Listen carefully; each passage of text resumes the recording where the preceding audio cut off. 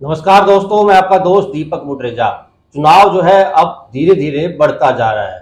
दोनों ही कैंडिडेट आमने सामने आ चुके हैं। बीजेपी की बात की जाए या इंडिया गठबंधन की बात की जाए, बीजेपी ने धर्मवीर सिंह को अपना उम्मीदवार बनाया है, वहीं इंडिया गठबंधन ने राव दान सिंह जी को।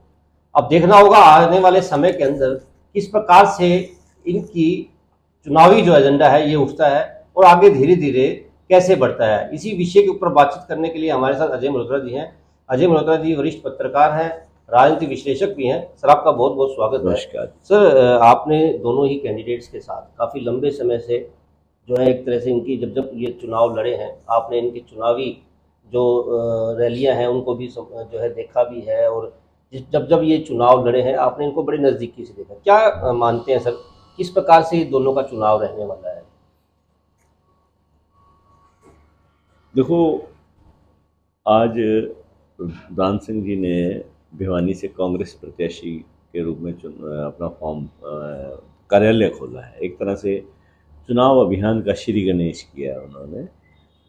भिवानी महेंद्रगढ़ से पहली बार किसी अहीर को टिकट दिया है कांग्रेस पार्टी ने, क्योंकि 2005 में जब से डिलिमिटेशन हुआ है तो तब से 9, 14, 19 तीनों चुनाव श्रुति चौधरी ने यहाँ से लड़े थे, और जिसमें से 9 का चुनाव श्रुति चौधरी जीती थी और 14 और 19 श्रुति हार गई थी। बाद में 14 और 19 में धर्मवीर जी भारतीय जनता पार्टी से यहाँ कैंडिडेट बने और उन्होंने दोनों चुनाव जीते। 2009 में भारतीय जनता पार्टी ज़्यादा वजूद नहीं था, तो उस टाइम अजय चौटाला जी मुकाबले में थे। आज बड़े लाव लश्कर के साथ दान सिंह ने भिवानी महेंद्रगढ़ का भिवानी कार्यालय खोला। उस समय भूमि एक हवन यज्ञ भी करवाया गया, और दान सिंह आज सभी मंदिरों में भिवानी में मेन मुख्य मंदिरों में गए। इससे पहले वो चौधरी बंसीलाल की समाधि गांव गोलागढ़ में भी गए, जहां उन्होंने उन्हें श्रद्धांजलि अर्पित की। तो इन सारे कार्यक्रम में बंसीलाल जी के पौत्र जो हैं पोते हैं अनिरुद्ध चौधरी उनके साथ थे। भिवानी में बाद में एक पत्रकारों से बातचीत कर रहे थे, तो पत्रकारों ने उनसे पूछा, भाई किरण चौधरी जी ने 2 दिन पहले कहा था कि दान सिंह जी ने जिस प्रकार से हमारे लिए 14 और 19 के चुनाव में जबरदस्त कार्य किया था, हम भी उससे ज़्यादा करेंगे। तो तब से उस बात के कई मायने निकल रहे थे।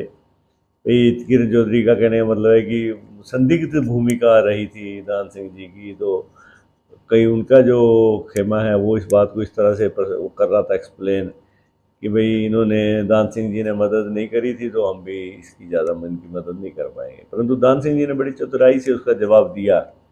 उन्होंने कहा, भाई हमें तो सीधे पादरे आदमी हैं, हमने श्रुति के चुनाव में बहुत मेहनत करी थी, तो हम ये अंदाज़ा लगाते हैं कि किरण चौधरी जी के भाव ये रहा होगा कि वो हमारे लिए ज़्यादा काम करेंगे। फिर उनसे सवाल पूछा पत्रकारों ने, धर्मवीर जी बार बार कहते हैं कि श्रुति चौधरी तो 5 लाख वोटों से हारती है और ये दान सिंह 6 लाख वोटों से हारेंगे, क्योंकि पिछले चुनाव में बोले कि श्रुति चौधरी 4 लाख से हारी थी, अब की बार 5 लाख से हारी। उन्होंने इसका भी सीधा सीधा जवाब दिया, बोले कि भारतीय जनता पार्टी एक जुमलों की पार्टी है, और उन्होंने पहले ये पूरे देश में एक प्रचार तंत्र शुरू किया, अभी 400 सीटें आएंगी हमारी।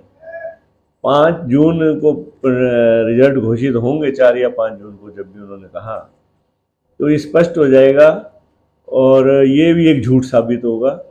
और कांग्रेस उन्होंने कहा कि 10 सीटों पे हरियाणा में चुनाव जीतेगी।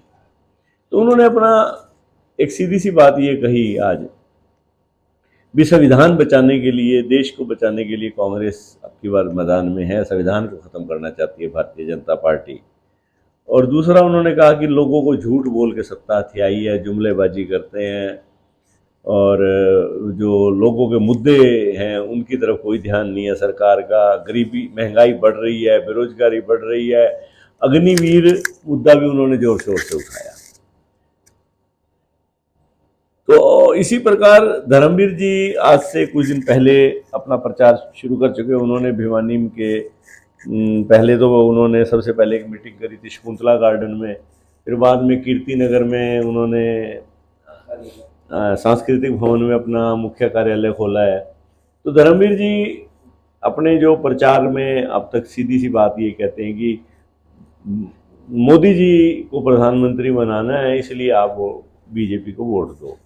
साथ ही वो बीजेपी की जो पॉजिटिव बातें हैं, जो सरकार की विकास की बातें हैं, उनको भी गिनवाते हैं। और उनका ये मानना है कि मोदी जी के नाम पे लहर है देश में। और वो यहाँ तक भी कहते हैं कि श्रुति को मैंने 4 लाख से हराया था और दान सिंह को 6 लाख से हराऊंगा मैं। तो ये दोनों कैंडिडेट्स दावे कर रहे हैं। अब चुनाव का विधिवत जो वो नोटिफिकेशन है वो तो आज ही हुआ है, तो आज के बाद अब चुनाव आगे बढ़ेगा तो दोनों को मेरे को लगता है पसीना बहाना पड़ेगा, क्योंकि अब 2019 वाले हालात तो नहीं है, परंतु आश्वस्त दोनों नजर आते हैं। दान सिंह भी आश्वस्त नजर आते हैं अपने चुनाव को लेके, क्योंकि उनको आज अच्छा खासा समर्थन था यहाँ कार्यकर्ताओं का। और धर्मवीर जी पहले दिन से ही आश्वस्त नजर आते हैं कि मैं अच्छी स्थिति में हूँ और मोदी जी की लहर है, चुनाव हम जीतेंगे। सर, आपने पहले भी देखा होगा कि दोनों जब एक ही पार्टी में थे, राव दान सिंह जी भी, धर्मवीर सिंह जी, दोनों कांग्रेस पार्टी में थे, अच्छे दोस्त भी थे, जो है विधानसभा में भी इकट्ठे जाया करते थे। अब चुनाव में आमने सामने हो गए हैं। हालांकि दोनों के ही कार्यकर्ता एक तरह से पहले जो आज देखने में मिला, जो पहले इकट्ठे जब बैठा करते थे, धर्मवीर सिंह जी भी, दान सिंह जी भी, और वो कार्यकर्ता जब कांग्रेस में हुआ करते थे, कांग्रेस में ही हैं आज भी, वो इकट्ठे बैठा करते थे, लेकिन आज वो दान सिंह जी के साथ थे। अब दोनों दोस्त आमने सामने हो गए। या दूसरी बात ये कहा जाए कि भूपेंद्र सिंह हुड्डा के खेमे के ही ये लोग पहले गिना जाया करते थे। आज भूपेंद्र सिंह हुड्डा के खेमे के दो अलग अलग पार्टियों में होने के कारण आमने सामने भी हो गए। 2005 से लेके 2014 तक दोनों भूपेंद्र सिंह हुड्डा जी की सरकार में सीपीएस रहे हैं, चीफ पार्लियामेंट्री सेक्रेटरी, और दोनों को भूपेंद्र सिंह हुड्डा का काफ़ी नज़दीकी माना जाता था। और 2014 में धर्मवीर जी कांग्रेस छोड़कर यहाँ भारतीय जनता पार्टी में आ गए थे। दान सिंह जी भी वहीं भूपेंद्र सिंह हुड्डा के खेमे से ही हैं, अब भी उन्हीं के। तो उस समय यहाँ से भूपेंद्र सिंह हुड्डा खेमे का किरण चौधरी के साथ 36 कहाँ खड़ा था। तो स्वाभाविक है जो कार्यकर्ता थे वो भी एक दूसरे को फूटी कोड़ी नहीं एक दूसरे को सुहाते थे। दोनों को ये लगता था भाई हम एक दूसरे के दुश्मन हैं, जबकि एक ही पार्टी के थे। तो धर्मवीर और दान सिंह की काफ़ी नज़दीकियाँ थी। तभी दान सिंह जी से जब ये पूछा गया अभी धर्मवीर आपके पुराने साथी थे, तो उन्होंने ये कहा भी ठीक है मेरे मित्र हैं, मैं इस चीज़ से मना नहीं करता, आज भी हमारे मित्र हैं, परंतु अब जहाँ तक राजनीतिक लड़ाई या मुद्दों की लड़ाई है, आज वो जिस पार्टी में है वो संविधान को ख़त्म करना चाहती है पार्टी, और हम जिस पार्टी में हैं कांग्रेस में वो संविधान को हम बचाने के लिए लड़ रहे हैं। तो हमारी पार्टी विचारधारा की लड़ाई है, तो विचारधारा की लड़ाई है। वो कहते हैं कि ये तो इसके ऊपर हम चुनाव लड़ेंगे। सर, एक चीज़ मैं और जानना चाहूँगा, पहले किरण चौधरी जी भी, श्रुति चौधरी जी भी, भूपेंद्र सिंह हुड्डा भी, धर्मवीर भी और दान सिंह जी भी, ये सभी कांग्रेस में ही थे। बाद में बेशक से धर्मवीर सिंह जी ने पार्टी छोड़ दी, बीजेपी में शामिल हो गए। अब समस्या ये भी आएगी क्योंकि तोशाम के अंदर धर्मवीर सिंह जी का भी पहले गढ़ माना जाता था, कभी धर्मवीर सिंह जी वहाँ से विधायक भी बने थे। अब जिस प्रकार जैसे जो स्थिति रहने वाली है कि अब जहाँ आज के समय में किरण चौधरी का मुख्य जो गढ़ है वो तोशाम ही है, क्योंकि वो लगातार तोशाम से जो है एमएलए बनती आ रही है। क्या लगता है आपको, तोशाम किस तरफ झुक सकता है? किन मुद्दों को लेकर के तोशाम जो है वो किस पार्टी की ओर ज़्यादा झुक सकता है? जैसे धर्मवीर जी का भी मेरे को लगता है कि ज़्यादा रुझान तोशाम और भिवानी पे रहेगा, क्योंकि ये दोनों हलके ऐसे हैं इन पूरी भिवानी महेंद्रगढ़ में जहां उनको लगता है कि उन्हें मैक्सिमम लीड आएगी। और ये राजनीतिक विशेषज्ञ भी सारे मानते हैं कि भिवानी में धर्मवीर जी का कार्यक्षेत्र रहा है, लंबा समय उन्होंने राजनीति की है, और और भिवानी शहर भी थोड़ा सा मोदी जी का प्रो है।